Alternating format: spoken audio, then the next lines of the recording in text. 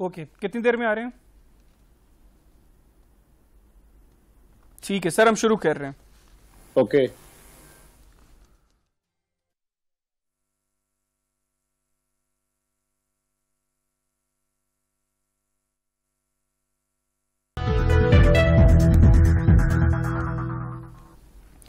बिस्मिल्लाहिर्रहमानिर्रहीम। अस्सलाम वालेकुम नाज़रीन, आप देख रहे हैं प्रोग्राम टेबल टॉक। मैं हूं हैदर हयात खान। नाज़रीन, क्रिकेट वर्ल्ड कप चंद हफ्तों की दूरी पर है, लेकिन पाकिस्तान में क्रिकेट के मैदान में एक जलजले की सी कैफियत है। साबिक चेयरमैन एहसान मानी की मुद्दत मुकम्मल होने के बाद खबरें आई कि वज़ीर-ए-आज़म इमरान खान के करीबी दोस्त रमीज राजा को चेयरमैन पीसीबी बनाया जाएगा। उसके साथ ही वर्ल्ड कप के लिए 15 रुकनी स्क्वाड का ऐलान कर दिया गया, जिसमें कई खिलाड़ियों की शमूलियत और अदम शमूलियत पर शायकीन हैरान हो गए। फिर साथ ही खबरें आ गई कि कौमी क्रिकेट टीम के कोचेज मिसबाहुल हक और वकार यूनुस मुस्ताफी हो गए। ये भी वर्ल्ड कप से चंद हफ्ते पहले उनका इस तरह मुस्ताफी होना, ये भी क्रिकेट शायकीन के लिए एक बहुत बड़ी और हैरानकुन खबर थी। अब दोबारा ये बाद में खबरें आई कि रमीज राजा और कौमी क्रिकेट टीम के कप्तान बाबर आजम की मुलाकात और मुशावरत से जो टीम डिसाइड हुई थी उसके अंदर तब्दीलियां आई, जिसके बाद रमीज राजा ने यह फैसला किया कि बाबर आजम को टेस्ट क्रिकेट से रेस्ट दिया जाएगा बतौर कप्तान, और एज ए बैट्समैन उनकी कारकर्दगी उनसे कहा है कि वो बेहतर करें। तो ये चंद बड़ी खबरें हैं, और अब जब वर्ल्ड कप इतना नजदीक है, ऐसे में बजाय इसके कि जिस तरह दूसरी टीम्स करती हैं कि अपनी टीम्स को मेंटली और फिजिकली मजबूत किया जाए, यहां पर हमारे जो हालात क्रिएट हो गए हैं इसको डिस्कस करते हैं। और इसके लिए हमें वीडियो लिंक पर ज्वाइन किया है मिर्जा इकबाल बेग साहब ने, सीनियर स्पोर्ट्स जर्नलिस्ट हैं। सर, बहुत शुक्रिया आपके वक्त का। अस्सलाम वालेकुम। वालेकुम अस्सलाम है। सर, सबसे पहले तो ये बताइएगा ये क्या हो रहा है पाकिस्तान क्रिकेट बोर्ड के अंदर? देखिए, पाकिस्तान क्रिकेट के साथ अगर तनाज़ात ना जुड़े हो तो पाकिस्तान क्रिकेट नहीं रहती। मुझे इधर आपकी आवाज का फीडबैक वापस आ रही है, मेरी आवाज। अच्छा, ये जरा टेक्निकली देखिएगा। नहीं रहती। ठीक है जी। और अगर आप हकीकत की निगाह से देखें तो ये दौर जो गुजर रहा है बड़ा नाजुक दौर है पाकिस्तान का, कि अभी चेंज ऑफ गार्ड्स नहीं हुआ। अभी 13 सितंबर को रमीज राजा ने चार्ज लेना है पाकिस्तान क्रिकेट बोर्ड के नए चेयरमैन की हैसियत से। लेकिन जिस तरह से टीम का ऐलान किया गया है, कि टीम का ऐलान पहले ही कर दिया गया 10 सितंबर टीम जमा कराने की, और 10 अक्टूबर तक टीम में तब्दीलियां की जा सकती हैं। लेकिन जिस तरह से सिफारिशी खिलाड़ियों को लाया गया है हैदर, जिन पर बड़ा शोर मच रहा है, खासतौर पर आजम खान, पाकिस्तान के साबिक test wicket keeper, Moin Khan के साहबजादे, और वो सिर्फ 3 T20 खेले जिसमें उन्होंने 6 रन बनाए। और जो वसीम अकरम या दीगर लोग कहते हैं बड़े छक्के मारते हैं, तो गुज़िश्ता 3 PSL में 2019, 20 और 21 3 PSL में उन्होंने कभी विकेट कीपिंग नहीं की, और सिर्फ एक उनकी निस्फ सेंचुरी है। और उनको बतौर विकेट कीपर उनको टीम में शामिल किया गया। ये भी हैरत की बात है कि सरफराज अहमद के होते हुए, रोहेल नजीर के होते हुए उनको as a wicket keeper batsman शामिल किया गया है। और उनको डिफेंड कौन कर रहा है? वसीम अकरम उनको डिफेंड कर रहे हैं कि पड़ोसी का बच्चा नहीं है, अपना बच्चा है। तो इस तरह से वो गरीब बच्चे जो मैदान में जाकर खेलते हैं, जिनका ना तो वालिद टेस्ट क्रिकेटर होता है, ना जिनका ताया क्रिकेट खेलने का शौक तो मुझे भी है, मैं भी इसी कौम का बच्चा, मुझे भी फिर टीम में रखवा दें। तो वो यही तो, अब बच्चे में भी तो फर्क होना चाहिए ना, कि कौन सा बच्चा किसी जानने वाले का बच्चा जो अपना बच्चा है, पड़ोसी मुल्क का बच्चा नहीं है। वसीम अकरम कहते हैं पड़ोसी मुल्क का बच्चा नहीं है। तो आप उनसे कोई पूछे कि कितने लड़के, आप चले जाए लाहौर, कराची, रावलपिंडी, इस्लामाबाद, पेशावर, धूप में अपना किट बैग कंधे पे लटकाए हुए बसों में, मोटरसाइकिल पर जाते हैं इस आस में कि पाकिस्तान की सब कैप अपने सर पर सजाएंगे, लेकिन फिर उन्हें सेलेक्ट नहीं किया जाता। अगर मोइन खान के बड़े भाई जो है नदीम खान, वो नेशनल हाई परफॉर्मेंस सेंटर के डायरेक्टर है, और उन्होंने सिर्फ 2 टेस्ट मैचेस खेले। और दिलचस्प बात यह कि 6 साल के अरसे में 2 टेस्ट, पहला टेस्ट 1993 में, दूसरा टेस्ट 1999 में। अच्छा। और फिर उसके बाद और उसके बाद वो नेशनल हाई परफॉर्मेंस सेंटर का डायरेक्टर बना दिया गया। उन्होंने लेवल 2 का कोचिंग कोर्स किया, लेवल 4 का भी नहीं किया। तो क्या क्राइटेरिया क्या है? क्या चाचे, ताए, भतीजे, भांजों पर पाकिस्तान क्रिकेट चल रही? कौन चला रहा है पाकिस्तान क्रिकेट को? ये भी एक क्वेश्चन मार्क है। और मेरे ख्याल में तो सर, जिस तरह वज़ीर-ए-आज़म साहब से सबकी उम्मीदें थी, क्योंकि उनका क्रिकेटिंग बैकग्राउंड है, तो वो खुद भी कहते थे कि क्रिकेटिंग जो स्ट्रक्चर है उसमें वो तब्दीली करेंगे। तो फिर स्ट्रक्चर में तो तब्दीली आ गई, क्योंकि पहले इतनी स्पीड से हमें इतने जो घर वालों को नवाजते हुए टीम में कभी नहीं देखा था जिस स्पीड से हम अब देख रहे हैं। बिल्कुल सही कह रहे हैं। तहरीक इंसाफ का मतलब कि इंसाफ दिया जाएगा इस हुकूमत में, और क्रिकेटर्स तो वजीर आजम से बहुत ज्यादा उम्मीद और आस लगाए बैठे थे, क्योंकि वजीर आजम जो इमरान खान वजीर आजम बने अगस्त 2018 में, जब जुलाई के इंतखाबात जीत कर, तो क्रिकेटिंग एबिलिटी की वजह से वो इतने पॉपुलर थे, पाकिस्तान के नंबर 1 टेस्ट ऑलराउंडर, पाकिस्तान के वर्ल्ड कप विनिंग टीम के कप्तान। तो हर शख्स को तवक्को थी कि क्रिकेटर वजीर आजम के दौर में कम से कम क्रिकेट तो बेहतर हो जाएगी। और मुझे अच्छी तरह से याद है कि इख्तिदार में आने से कबल जब कंटेनर पर वजीर आजम साहब तकरीर किया करते थे, तो वो खुद कहते थे कि मुझे आने दो, मैं क्रिकेट को ठीक करूंगा। लेकिन बजाय क्रिकेट ठीक होने के तनज़्ज़ुली की तरफ हैदर गामजन हो गई है, और इसका वजीर आजम ने नोटिस भी लिया है। 3 साल गुजरने के बाद, चले देर आयत दुरुस्त आयत, नोटिस लिया है। अब तवक्को कर रहे हैं कि शायद बेहतर हो रमीज राजा के आने से। बिल्कुल ठीक। तो आपकी क्या तवक्कुआत हैं? वजीर आजम साहब तो तवक्को कर रहे हैं, आप इनिशियली अभी उनके आने से पहले ही 1 हफ्ते के अंदर जो कुछ हो गया है, आप इससे क्या तवक्को करते हैं कि आने वाले दिन पीसीबी के लिए, पाकिस्तान क्रिकेट टीम के लिए बेहतरी की तरफ होंगे, या अब मजीद डाउनफॉल शुरू होने वाला है पीसीबी और पाकिस्तान क्रिकेट टीम का? देखिए, रमीज राजा से तवक्कुआत है। रमीज राजा का क्रिकेटिंग बैकग्राउंड है। इनके वालिद राजा सलीम अख्तर मरहूम चीफ सेक्रेटरी पंजाब रहे, और खुद वो फर्स्ट क्लास क्रिकेटर थे। रमीज को, बल्कि रमीज के बड़े भाई वसीम राजा मरहूम को क्रिकेटर बनाने में इनके वालिद राजा सलीम अख्तर का बड़ा रोल था। और रमीज राजा पैदा भी फैसलाबाद में हुए, क्योंकि राजा सलीम अख्तर की पोस्टिंग एज कमिश्नर फैसलाबाद थी। तो रमीज क्योंकि डोमेस्टिक क्रिकेट खेले हैं, लाहौर सिटी क्रिकेट एसोसिएशन से खेले, फिर उसके बाद पीएनएससी से, फिर अलाइड बैंक से, फिर पाकिस्तान से खेले, तो तवक्को ये की जा रही है, क्रिकेट को समझते हैं, दुनिया भर में कमेंट्री करते रहे, उनका इंटरैक्शन होता रहा है दुनिया भर के क्रिकेट बोर्ड्स के लोगों से, कमेंटेटर से, ग्राउंड से, क्रिकेट की सारी जो इंफ्रास्ट्रक्चर देख चुके। तो मेरे ख्याल में तवक्को तो हम ये कर रहे हैं कि रमीज राजा, मिर्जा साहब कता कलामी की माजरत, जिस तरह आपने फरमाया कि इनका क्रिकेटिंग बैकग्राउंड है, इनके बड़े भाई भी कौमी क्रिकेट टीम के लिए खेलते रहे, इनके वालिद साहब आपने बताया वो फर्स्ट क्लास क्रिकेटर थे, तो एक ऐसा शख्स जिसको इतनी क्रिकेट सेंस हो, वो इस तरह की टीम सेलेक्ट कर रहे हैं? देखिए, अभी उन्होंने तो टीम सेलेक्ट नहीं की ना, यही तो लोगों ने उड़ा दी है। 13 सितंबर को रमीज राजा पाकिस्तान क्रिकेट बोर्ड के चेयरमैन बनेंगे। जस्टिस रिटायर्ड शेख अजमत सईद जो इलेक्शन कमिश्नर है, वो इलेक्शन होगा, और तवक्को यही अनअपोज आ जाएंगे। अच्छा, लेकिन अभी चूंकि उन्होंने मुलाकात वगैरह कर ली और कह दिया कि जी उनका इन्वॉल्वमेंट है। देखिए, टीम जब भी बनती है हैदर, चेयरमैन के पास अप्रूवल के लिए जरूर जाती है। ये हरफे आखिर नहीं है कि ये टीम जो 15 अनाउंस हो गई, मैंने शुरू में आपके प्रोग्राम के कहा कि 10 सितंबर लास्ट डेट है नाम देने की, और 10 अक्टूबर तक आप जो है तब्दीली कर सकते हैं। तो अभी रमीज ने चार्ज नहीं लिया। एक लगता मुझे ये है कि कॉन्स्पिरेसी थ्योरी है, कुछ लोग। ठीक है, चलिए फिर हम उनकी इन चीजों को डिस्कस नहीं करते, क्योंकि जाहिर सी बात है अभी 13 सितंबर को जिस तरह आपने कहा कि अनअपोज्ड उनके आने के इम्कानात हैं, तो वो आ जाएंगे, फिर वो उनके फैसलों को देखते हैं, फिर उस हिसाब से उनके पर बात करेंगे। अभी जो मौजूदा स्क्वाड जो ऐलान हुआ है, जिसमें 5 बल्लेबाज हैं, 2 विकेट कीपर्स हैं, 4 ऑलराउंडर्स हैं, 4 फास्ट बॉलर्स हैं, और जो रिजर्व खिलाड़ी हैं इसके अंदर, आपके ख्याल में ये जस्टिफाई हो रही है टीम हमारी? और जिस तरह जितना बड़ा इवेंट है उसके लिए ये टीम क्वालिफाई करती है, जिसमें इस तरह आसिफ अली साहब का और आजम खान का जो आपने जिक्र किया, खुशदिल शाह का, इन लोगों ने अभी कोई खासी परफॉर्मेंसेज नहीं दिखाई, लेकिन ये अभी तक की जो अनाउंस टीम है उसका हिस्सा ही है। देखिए हैदर, मैं गुज़िश्ता 30 बरस से as a journalist cricket cover कर रहा हूं। मैंने मुताद्दिद T20 world cup, cricket world cup cover किए, लेकिन पाकिस्तान की इससे वर्स्ट टीम मैंने नहीं देखी। जिस तरह का कॉम्बिनेशन बनाया है, 15 रुकनी टीम के सिर्फ 4 खिलाड़ी ऐसे हैं जो इससे पहले T20 वर्ल्ड कप खेल चुके हैं, 11 ना तजुर्बाकार हैं, पहली मरतबा T20 वर्ल्ड कप में हिस्सा ले रहे होंगे। अब आप इससे टीम के तजुर्बे का अंदाजा लगा लें। 15 रुकनी टीम में कोई स्पेशलिस्ट ओपनर नहीं है। ये तो दुआएं दे कि मेकशिफ्ट ओपनर बन गए बाबर आजम और मोहम्मद रिजवान, जिन्होंने रन्स के अंबार लगा दिए, जिसकी वजह से अब हम ये सोच रहे हैं कि हमारा ओपनिंग का मसला हल हो गया। लेकिन चीफ सेलेक्टर जो लैपटॉप चीफ सेलेक्टर है, लैपटॉप रखकर टेक्नोलॉजी का इस्तेमाल करके प्रेजेंटेशन दिखाकर किसकी आंखों में धूल झोंकते थे मोहम्मद वसीम जब नए नए आए, और उस वक्त तो ये सब कुछ तम तराक के साथ करते थे। अब तो आखिरी जो प्रेस कॉन्फ्रेंस की है, मुझे लगता है वो उनकी आखिरी ही है, जिसमें लैपटॉप भी गायब हो गया उनका।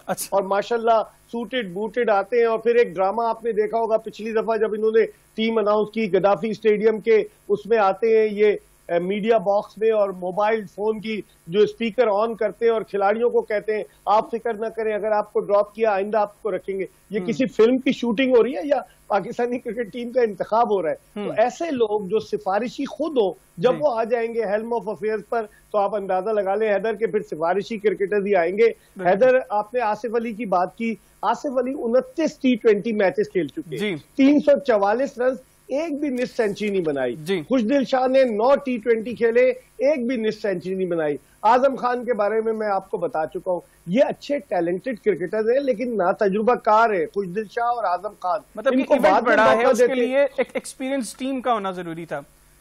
बिल्कुल, शोएब मलिक की जरूरत थी या वहाब रियाज की जरूरत थी, सरफराज अहमद की जरूरत थी। मज़ा खेज बात देखे कि चीफ सेलेक्टर फरमाते हैं कि आजम खान हमारे विकेट कीपर होंगे रिजवान के साथ, तो आजम खान ने तो कभी पीएसएल में विकेट कीपिंग नहीं की, पाकिस्तान से विकेट कीपिंग नहीं की, आप उनको विकेट कीपर बना रहे।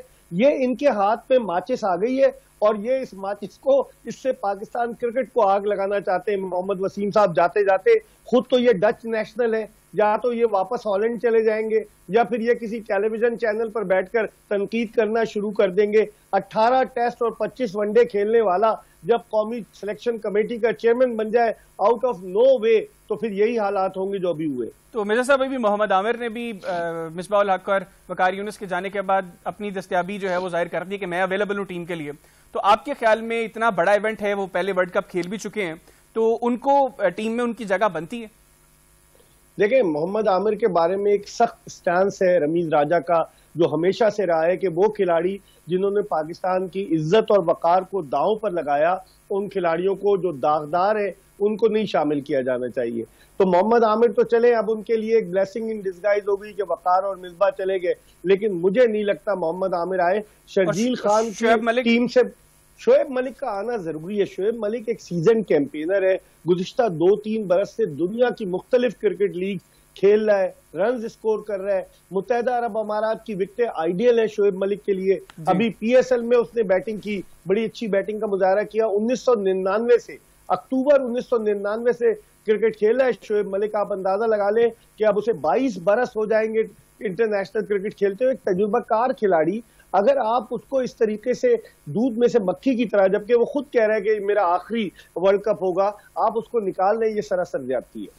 ठीक है, मिर्जा साहब थोड़ा सा बताइएगा, अब यूएई की विकेट्स हों और वहां पर हमें फखर जमान ना मिले, वहां पर हमें शर्जील खान जैसा हार्ड हिटर ना मिले, तो फिर ये किस तरह का वर्ल्ड कप खेलेंगे? हम कैसी परफॉर्मेंसेज एक्सपेक्ट करें हम अपने खिलाड़ियों से? बस आप मुसल्ला बिछाएं और उस पर दुआ करते रहे। और जो बचपन में किया करते थे टीम के हारते हुए देख के, अब खवातीन भी दुआएं करती थी। आपको याद होगा शारदा क्रिकेट स्टेडियम में क्लिप्स बड़े वो हुए, तो अब दुआओं पर ही चलेगी ये टीम। मुझे इससे ज्यादा तवक्कुआत नहीं है, लेकिन अनप्रिडिक्टेबल है पाकिस्तानी टीम, कभी भी कुछ भी कर सकती है। मसला थोड़ा सा ये है कि उस वक्त हम छोटे थे तो हमें लगता था कि शायद ऐसा कुछ हो जाएगा। आज भी दुआओं पे हमारा अकीदा उसी तरह मुस्तहकम है, लेकिन कुछ परफॉर्मेंस भी तो होनी चाहिए, थोड़ी सी कारकर्दगी भी तो होनी चाहिए। बिल्कुल, अल्लाह ताला ये कहता है कि खाली दुआओं पे इन्हिसार ना करो, खुद भी हाथ पैर हिलाओ। तो इनको चाहिए कि ये परफॉर्म करे, लेकिन वहां की विकेट्स पर, मुझे याद है हैदर, 2018 में एशिया कप क्रिकेट टूर्नामेंट मुत्तहिदा अरब अमारात में मुनक्किद हुआ और हम समझ रहे थे कि हमारे लिए आइडियल विकेट्स हैं, क्योंकि 3 मार्च 2009 को जब गद्दाफी स्टेडियम लाहौर के बाहर श्रीलंकन टीम पर अटैक हुआ, तो उसके बाद से हमने अपनी सारी क्रिकेट मुत्तहिदा अरब अमारात में, दुबई, शारजा, अबू धाबी में खेली। तो हम तवक्को कर रहे थे 2018 के एशिया कप में हमारी परफॉर्मेंस जबरदस्त होगी। पता ही चला हम फाइनल के लिए भी क्वालिफाई नहीं कर सके। अफगानिस्तान के खिलाफ भी मैच हार रहे थे, जो शोएब मलिक अगर बैटिंग ना करते तो वो मैच भी हार जाते। और हम लोग दुआ ना करते, तो ये परफॉर्मेंस रही। और आप दुआ करते, आप तो मस्जिद में जाकर दुआ कर रहे होंगे, लोग तो घरों में मुसल्ला बिछाकर दुआ करते, तो दुआओं में भी असर तो होता है ना। अच्छा मेरे साहब, आपने बात की कि ये तो ब्लेसिंग थी कि हमें है कि हमें बाबर आजम और मोहम्मद रिजवान जैसे ओपनर्स मिल गए और अब हमारा ओपनिंग की हमें टेंशन थोड़ी कम हो गई। लेकिन एक बहुत बड़ा मसला जो हम अभी भी फेस करें वो मिडिल ऑर्डर बैट्समैन का है। हमने देखा कि मिसबा ने तकरीबन 17 मिडिल ऑर्डर बैट्समैन ट्राई किए, कोई भी कामयाब नहीं हुआ। तो ओपनर्स तो ठीक है अपना काम कर दें, जब तक मिडिल ऑर्डर बैट्समैन वो अपना काम नहीं दिखाएंगे तब तक टीम की परफॉर्मेंस तो बेहतर नहीं हो सकेगी। तो इस चीज को कैसे कवर करना चाहिए अब हमें? देखें, जो अभी रिसेंट पास में तो उन्होंने हैदर अली को ट्राई किया, उन्होंने दानिश अजीज को ट्राई किया, आसिफ अली, खुशदिल शाह, आजम खान, क्रिकेटर्स उन्होंने ट्राई किए, लेकिन कोई भी फिट नहीं हो पाया इस स्लॉट में। तो इसका मतलब ये हुआ कि मुस्तकिल मिजाजी की कमी थी, बजाय इसके कि खिलाड़ियों को मुस्तकिल चांसेस देते, 2 मैच खिलाए, 3 मैच खिलाए, बाहर कर दिया।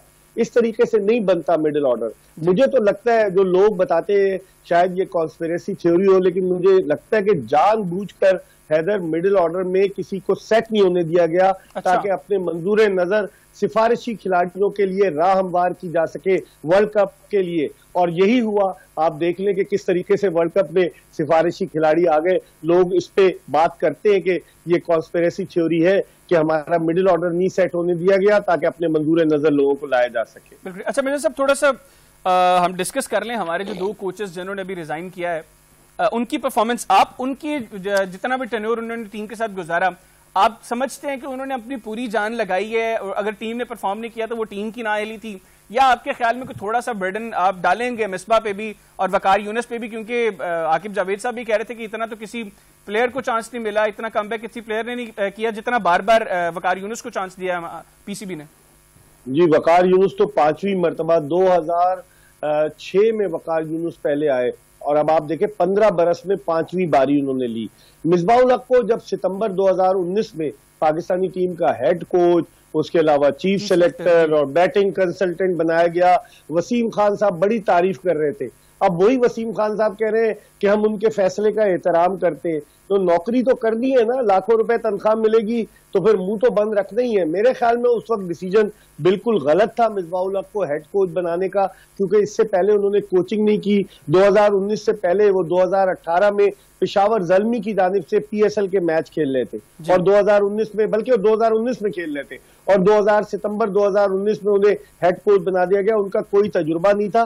वो चीफ सेलेक्टर तो बन सकते थे क्योंकि पाकिस्तान क्रिकेट में उनकी खिदमात है, कामयाब तरीन टेस्ट कप्तान, लेकिन उन्हें हेड कोच बनाकर जो तजुर्बा किया गया उसने बैक फायर किया। वकार यूनुस को ले आए और दिलचस्प बात ये, वो वकार यूनुस कि जब वो हेड कोच होते थे तो मिसबा कप्तान थे, 2015 के वर्ल्ड कप की बात है। अब वही वकार यूनुस मिसबा हेड कोच है, उनके अंडर काम कर रहे हैं। तो इसका मतलब है नौकरी ज्यादा प्यारी है या काम ज्यादा प्यारा है, ये भी देखना होगा कि सीट ज्यादा प्यारी है।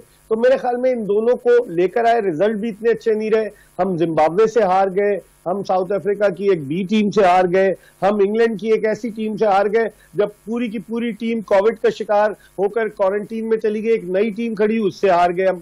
तो इसका मतलब ये हुआ कि, और फिर पाकिस्तान में हम जिम्बाब्वे से एक वनडे हारे, आपको याद होगा रावलपिंडी में सुपर ओवर में जो गया था मैच। तो इसका मतलब ये हुआ कि परफॉर्मेंस इतनी अच्छी नहीं रही। जहां तक वकार यूनुस की बात है, बेशुमार फास्ट बॉलर्स उन्होंने ट्राई किए, मूसा खान आए, नसीम शाह आए, शाहीन शिनवारी आए, बेशुमार आए, लेकिन सेट कौन हुआ? मोहम्मद हसनैन आए, बेशुमार फास्ट बॉलर्स आए। लगता यही है कि इन दोनों की कारकर्दगी अच्छी नहीं थी। इन्होंने नविश्ते दीवार पढ़ लिया था, क्योंकि रमीज राजा मिसबाहुल हक पर तनकीद करते रहे, अपने यूट्यूब चैनल में कहते रहे कि मिसबा की दिफाई हिकमत अमली, कहते कि आउट ऑफ द बॉक्स कुछ करो, रमीज राजा कहते थे। तो लगता यही है इन दोनों को इस बात का अंदाजा हो गया था कि रमीज के चेयरमैन बनते ही इनको फारिग कर दिया जाएगा, लेकिन उन्होंने उससे पहले ही गेंद जो है वो पाकिस्तान क्रिकेट बोर्ड के कोर्ट में फेंक दी ताकि बाइज्जत अंदाज से रुखसत हो जाए। बिल्कुल ठीक। तो अभी रमीज राजा साहब के आने के बाद आप क्रिकेट बोर्ड में कोई बड़ी तब्दीलियां देख रहे हैं? बिल्कुल हैदर, चिराग टिमटिमाएंगे। जो भी नया चेयरमैन आता है वो अपनी टीम लेकर आता है। जब एहसान मानी साहब आए थे तो वो अपनी टीम लेकर आए थे। तो मुझे भी लग रहा है कि काफी तब्दीलियां, लेकिन रफ्ता रफ्ता होंगी। अगर रमीज राजा तेज जाएंगे, बहुत स्पीड से जाएंगे तो बहुत मुश्किल हो जाएगी। मेरे ख्याल में वो समझदार हैं। उन्होंने पंजाब यूनिवर्सिटी से MBA किया हुआ है और MBA करने के बाद उन्होंने कराची में नौकरी भी की, अमेरिकन एक्सप्रेस में सुबह 9 से 5 तक। लेकिन फिर उसके बाद जब वो 84 में उन्होंने अपना टेस्ट डेब्यू किया इंग्लैंड के खिलाफ नेशनल स्टेडियम कराची में, उसके बाद से नौकरी छोड़कर वो क्रिकेट की तरफ आ गए। और इससे पहले भी ये रमीज राजा पाकिस्तान क्रिकेट बोर्ड के चीफ एग्जीक्यूटिव रह चुके हैं तौकीर जिया साहब के दौर में, और फिर उसके बाद शहरयार साहब ने कुछ अरसे के लिए इन्हें कंटिन्यू किया था। तजुर्बा तो है इनसे, तवक्कुआत भी बहुत है, सिलेक्टर भी रह चुके। अब देखते हैं कि रमीज राजा किस तरह से काम करते हैं। तो अभी चूंकि रमीज राजा साहब के चार्ज लेने के फौरी बाद एक बड़ा इवेंट है वर्ल्ड कप, तो आप उसमें जिस तरह आप रमीज राजा साहब मिसबा साहब को कह रहे थे, मिसबाहुल हक साहब को, कि आउट ऑफ द बॉक्स कुछ करें, आप देख रहे हैं कि रमीज राजा साहब इस हवाले से आउट ऑफ द बॉक्स कुछ करेंगे? क्योंकि उनके जो डिसीजंस होंगे अभी वो बड़ा उसका इंपैक्ट होगा वर्ल्ड कप में पाकिस्तान क्रिकेट टीम की परफॉर्मेंस पे। देखिए वक्त कम है, 17 अक्टूबर से वर्ल्ड कप शुरू हो रहा है और 24 अक्टूबर को पाकिस्तान अपना पहला मैच खेलेगा, तो मेरे ख्याल में वक्त कम है। With the passage of time बेहतरी आएगी। 24 नवंबर को वर्ल्ड कप खत्म होगा, 14 नवंबर को, उसके बाद ही कुछ बेहतर होगा। लेकिन अभी वर्ल्ड कप का सारा लोड रमीज राजा के कांधों पर डालना मेरे ख्याल में ज्यादती होगी। टीम तो वसीम ने बनाई है और लोग कहते हैं कि पसे पर्दा कोई और बनाता है टीम, और जो बनाता है उससे डिफेंड भी करना शुरू कर दिया। तो मेरे ख्याल में अभी रमीज की सलाहियतों का इम्तिहान शुरू होगा वर्ल्ड कप के बाद। ठीक है, उससे पहले क्या डिसीजन लेते हैं सबकी नजरें हैं, लेकिन इससे पहले भी हैदर माजी में test cricketers Pakistan cricket board को हेड कर चुके हैं। अब्दुल हफीज कारदार मरहूम बीसीसीपी के चेयरमैन थे जब ये board of control for cricket in Pakistan होता था।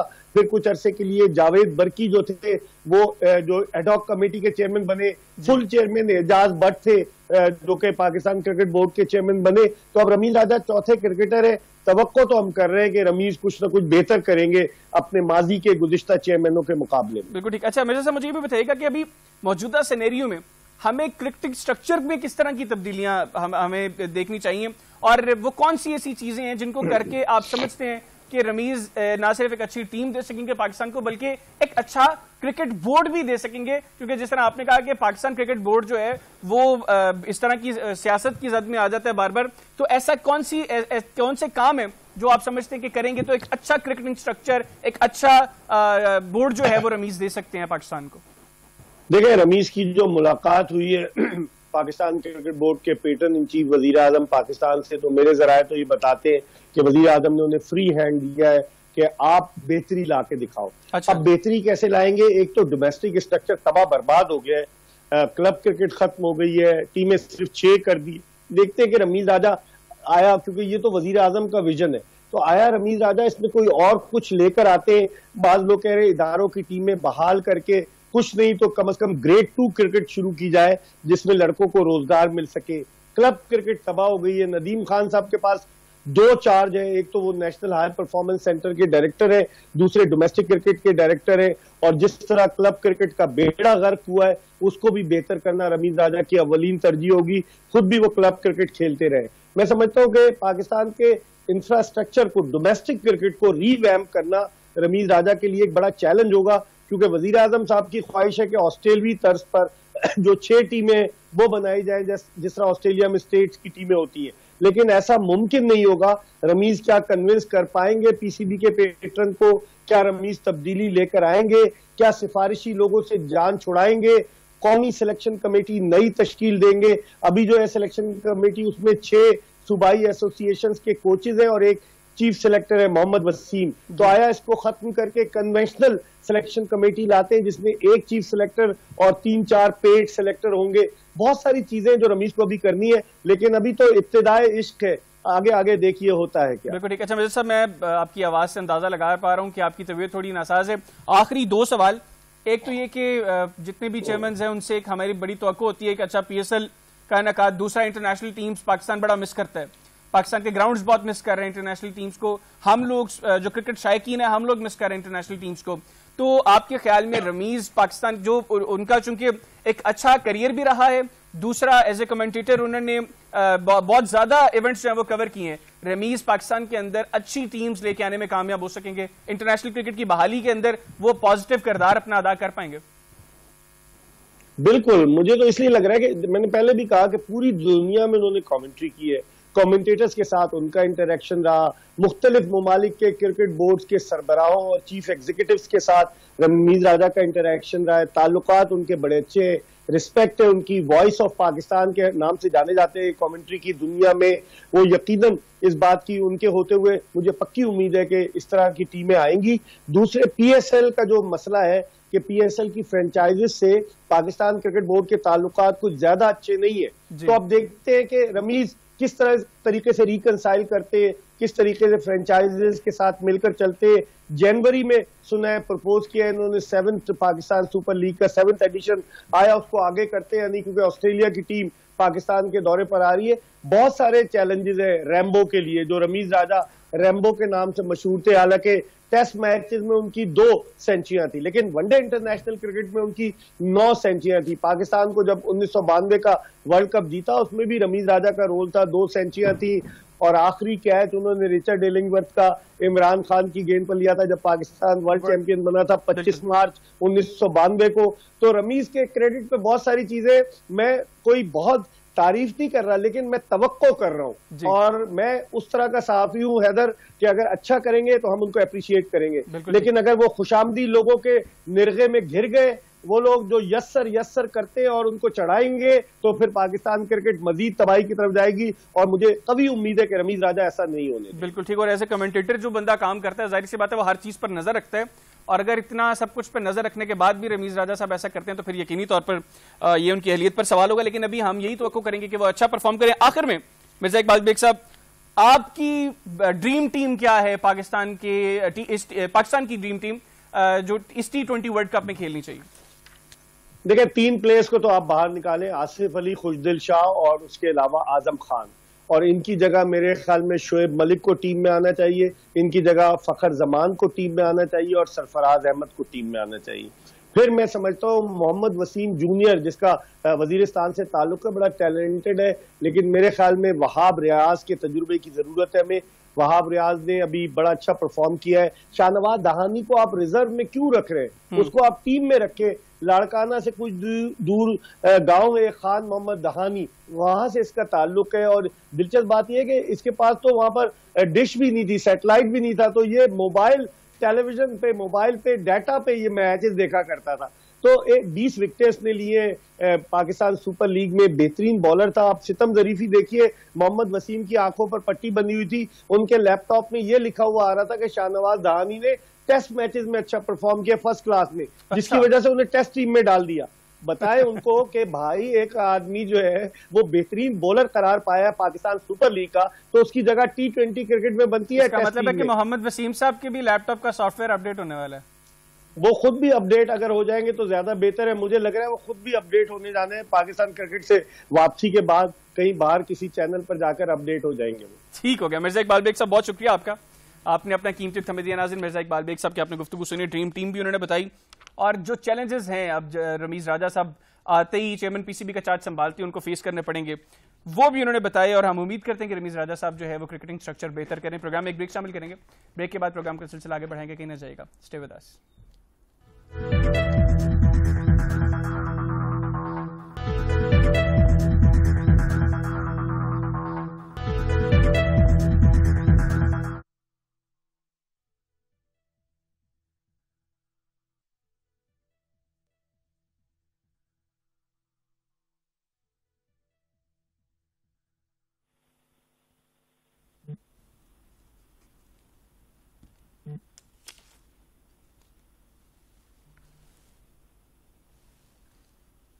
अस्सलाम वालेकुम शकील शेख साहब, आपको मेरी आवाज आ रही है? जी आ रही है। अस्सलाम वालेकुम। जी वालेकुम। हम ब्रेक में हैं जी, ब्रेक से अभी थोड़ी देर में वापस आ रहे हैं।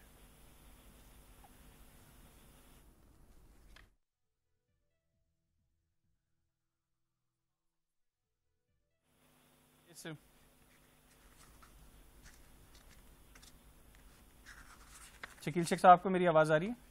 जी आ रही। मैंने कहा जी आप सेटिस्फाइड हैं वैसे टीम से ऑफ द रिकॉर्ड? जी नहीं सेटिस्फाइड।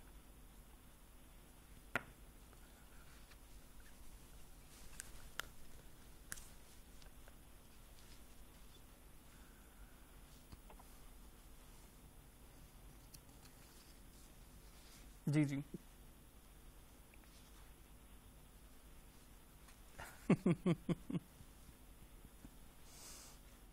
ठीक हो गया, ठीक हो गया, ओके, ठीक हो गया।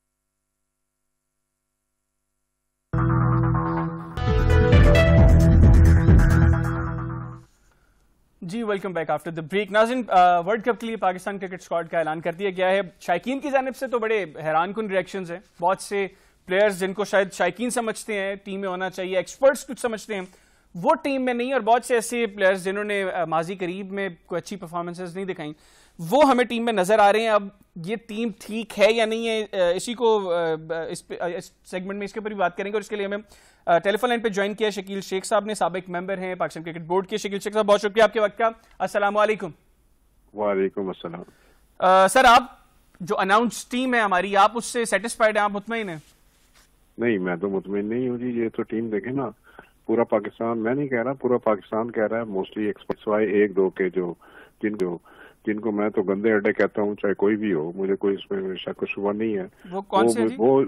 वो जो दो एक बंदे हैं जो सिर्फ माफिया के हैं और आपस में उनकी कोई पार्टनरशिप है, कोई ये वो, इसलिए एक दूसरे को सपोर्ट करते हैं। बाकी देखें, पाकिस्तान की टीम जो है ना, ये उसमें यार की नहीं है। पाकिस्तान बहुत बड़ा मुल्क है और पाकिस्तान के बहुत अच्छे खिलाड़ी होते हैं। इसमें तीन चार लड़के तो ऐसे ग्लेयरिंग है कि जिनके मुतल्लक कहना बड़ा आसान है कि इनको पता नहीं किस बुनियाद पर रखा गया। मसलन आजम खान को किस बुनियाद पर रखा गया?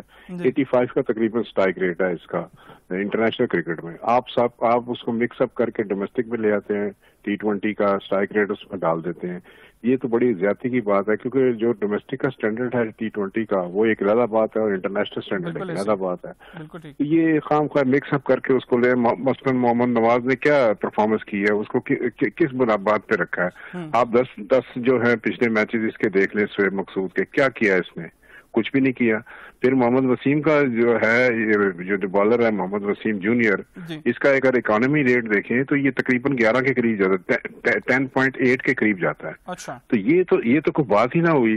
यानी कि आप देखें ना, T20 में जिस आदमी का इकोनॉमी रेट बॉलिंग में 7 से ऊपर हो, आप उसको अच्छा रेट नहीं करते, 7 से नीचे आना चाहिए। लेकिन यहाँ पे तो ये है कि 10.8 वाले दे दिए गए हैं।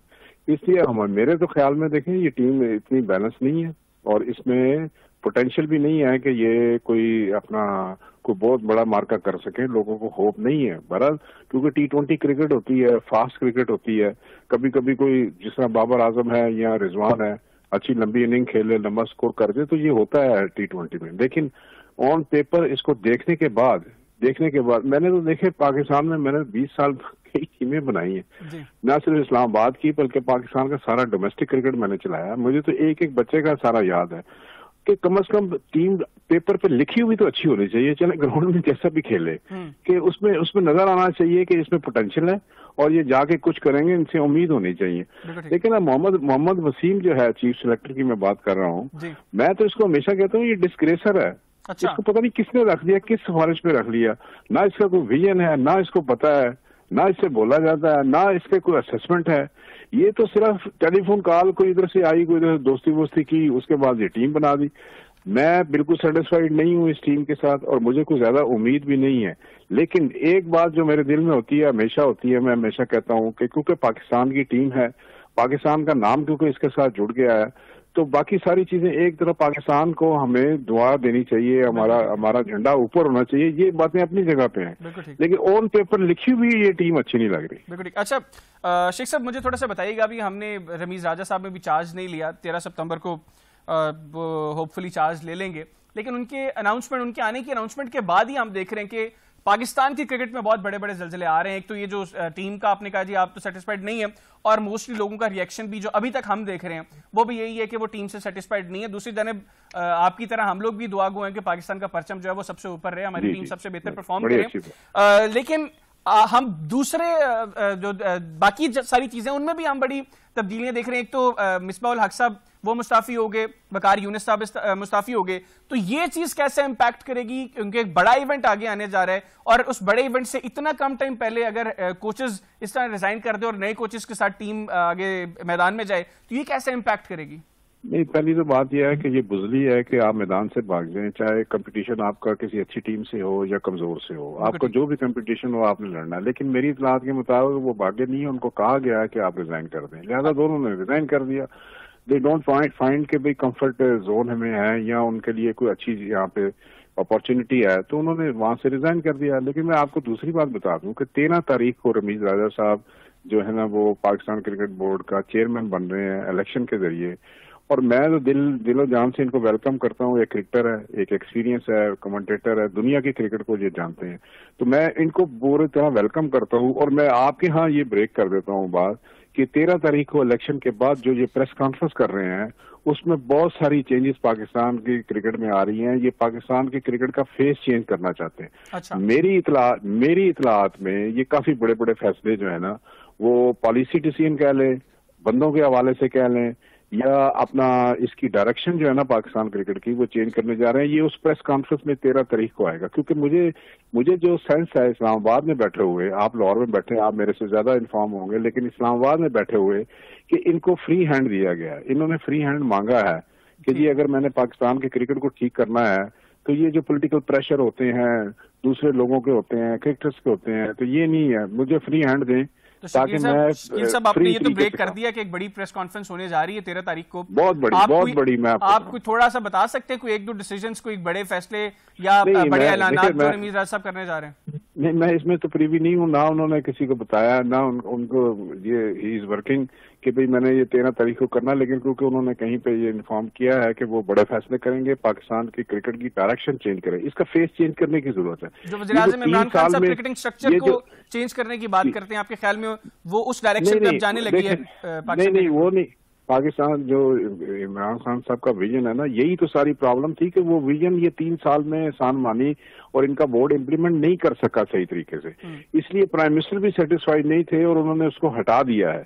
तो ये जो 3 साल दौर था ना, असल में ये सारी कबाहतें उसकी हैं। ये स्याह दौर था। मैं हमेशा कहता हूँ ये स्याह दौर था। क्रिकेट ना सिर्फ डोमेस्टिक, इंटरनेशनल सतह पर भी पाकिस्तान के क्रिकेट में स्टेचर बहुत गिरा है। पाकिस्तान की क्रिकेट बहुत बड़ी, मैंने खुद आईसीसी में तकरीरें की हुई है कि पाकिस्तान के क्रिकेटर लोग, पाकिस्तान की क्रिकेट बहुत टॉप पे है। इन्होंने इस क्रिकेट को बहुत गिरा दिया है।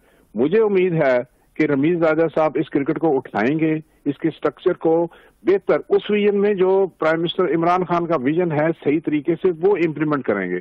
यहाँ पे तो न सर है न पैर है, लोग जॉब्स पे आ गए हैं। हब ऑफ सिफारिशी जो थे, ये हब ऑफ सिफारिश बना हुआ था पीसीबी, जिसको जितने पैसे दिए बाहर से बुला के और उसको नौकरियां दे दी हैं।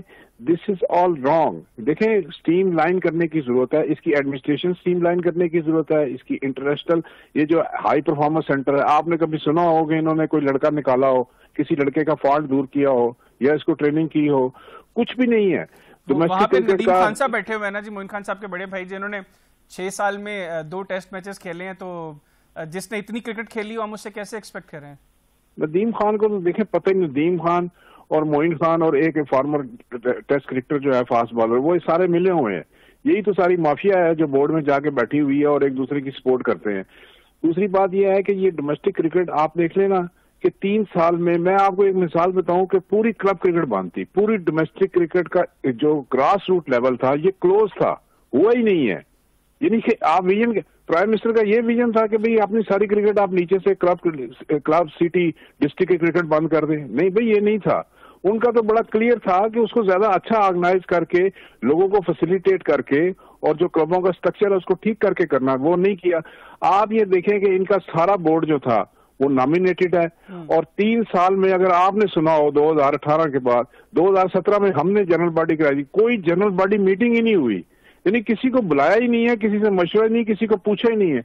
क्या ये मुल्क मतलब है कि हिटलर की तरह चलना है? क्रिकेट के हवाले से बात कर रहा हूँ। ठीक है, तो ये थोड़ा ये तो एक निजाम है जिसमें लोगों की पार्टिसिपेशन है। ये एक खेल है जिसमें सारे लोगों ने इसमें अपनी मुशावरत से इसको बेहतर करना, और मुझे रमीज राजा साहब से बड़ी उम्मीद है। मैं इनको वेलकम करता हूँ। बिल्कुल। शकील साहब, टाइम मेरे पास कम है, मेरे 1-2 सवाल जो है वो भी आपसे बाकी है। एक तो मुझे ये बताइएगा कि आपके ख्याल में जो रमीज राजा साहब के आने में, तो चूंकि 13 सितंबर को वो आ रहे हैं और 10 सितंबर को वर्ल्ड कप के लिए क्रिकेट टीम की सबमिशन की लास्ट डेट है, लेकिन उसमें चेंजिंग की लास्ट डेट जो वो 10 अक्टूबर है। आपके ख्याल में रमीज राजा साहब इसी टीम को कैरी करवाएंगे या आप रमीज राजा साहब के आने के बाद टीम में कुछ तब्दीलियां देख रहे हैं? नहीं, मेरा देखे 10 तारीख जो थी ना, वो तो टीम की डेट थी, कट ऑफ डेट थी सबमिट करने की, वो कर दी हुई है इन्होंने। लेकिन जो लास्ट डेट है जब तक ये तब्दीली कर सकते हैं वो 16 अक्टूबर की डेट है। 17 अक्टूबर को T20 वर्ल्ड कप शुरू हो रहा है। 16 अक्टूबर तक पाकिस्तान इसमें चेंज कर सकता है। Very fine. अच्छा, अब इसके दरमियान में आप ये देखें कि 2 इवेंट तो बहुत बड़े आ रहे हैं ना। एक तो न्यूजीलैंड की टीम के साथ 5 आपके वनडे हैं कज़ाफी स्टेडियम में, फिर इंग्लैंड के साथ 2 है, 7 मैच तो इंटरनेशनल हैं आपके। तो लड़कों का पता तो लग जाएगा किसने क्या किया और किसने नहीं किया, तो उसमें फिर चेंजेस का प्रोस्पेक्ट बन जाएगा। जो नहीं खेलेगा रमीज राजा साहब के लिए आसान हो जाएगा कि उसमें वो चेंज ला सकें, क्योंकि 7 इंटरनेशनल मैच बहुत होते हैं मेरे ख्याल से, और वो भी न्यूजीलैंड जैसी टीम और फिर इंग्लैंड की टीम के खिलाफ। तो लड़कों की परफॉर्मेंस बॉलिंग में हो, बैटिंग में हो, या 3D जिसको प्लेयर कहते हैं, उनमें अगर कोई फॉल्ट हुआ तो बेहतर रिप्लेसमेंट वो कर सकते हैं। और मुझे क्योंकि उनकी नजर तो रमीज राजा पे शक तो किसी को नहीं है, उनकी नजर तो है, आईज है, वो देख तो लेते हैं बंदे को। तो इसलिए 7 मैचों के बाद फिर 16 अक्टूबर से पहले अगर कोई लड़का परफॉर्म नहीं करता और उसको अपॉर्चुनिटी भी मिलती है तो फिर चेंजेस का चांस तो बन जाता है। बिल्कुल ठीक। अच्छा, आखिर में मुझे ये बताइएगा कि मोहम्मद आमिर साहब उन्होंने कहा है कि वो अब टीम में आने को तैयार है, बोर्ड कंसिडर करेगा उनको, उनकी वापसी के इस ऐलान को? मेरे ख्याल में तो जो ये टीम बनी है और जो इंडिकेशन आई है वो यही आई है कि जो भी whosoever is involve in fixing, वो किसी भी तरीके से था, चाहे उसकी माफी होगी, चाहे उसका वर्डिक पूरा हो गया, ये वो मेरा जो ख्याल है जाती तौर पे, मैं समझता हूँ कोई अनाउंसमेंट नहीं है कि रमीज राजा साहब शायद ऐसे किसी आदमी को इनकरेज नहीं करेंगे। और पाकिस्तान क्रिकेट से ये वाली जो बीमारी है, इतनी बुरी कैंसर की बीमारी है ये, कि फिक्सर और ये वो फिर वो दोबारा घूम फिर के आ जाते हैं 1-2 साल के बाद, फिर वो अपने मुल्क का नाम, अपनी मुल्क हमारी माँ की तरह है जी, इसको बेचने में। तो मेरा नहीं ख्याल कि रमीज राजा कोई ज्यादा इसमें कंसिडर करेंगे। जो इंडिकेशन आई है और ये टीम भी जो बनी है, इसमें भी आप देखने के ऐसा एलिमेंट नहीं है, मेरा ख्याल है बहुत कम है, या है ही नहीं है मेरा ख्याल इसमें एलिमेंट। इसको निकाल दिया गया और इसको निकाल दें, ये बेहतर है कि फिक्सर, बैटर और गैम्बलर वगैरह सारे निकाल दें, साफ शफाफ क्रिकेट कराएं। बिल्कुल ठीक है। शकील शेख साहब, बहुत शुक्रिया आपका, आपने अपना कीमती वक्त में दिया। नाज़रीन, शकील शेख साहब की आपने गुफ्तगू सुनी। अब जो भी टीम जाए पाकिस्तान की जानिब से खेलने, हम दुआगो हैं कि वो अच्छा परफॉर्म करे और हमारा ये जो झंडा है ये सबसे ऊंचा रहे। आज के प्रोग्राम से इतनी। अगले प्रोग्राम तक के लिए हैदर हयात खान को इजाजत दीजिए। अल्लाह हाफिज। पाकिस्तान जिंदाबाद।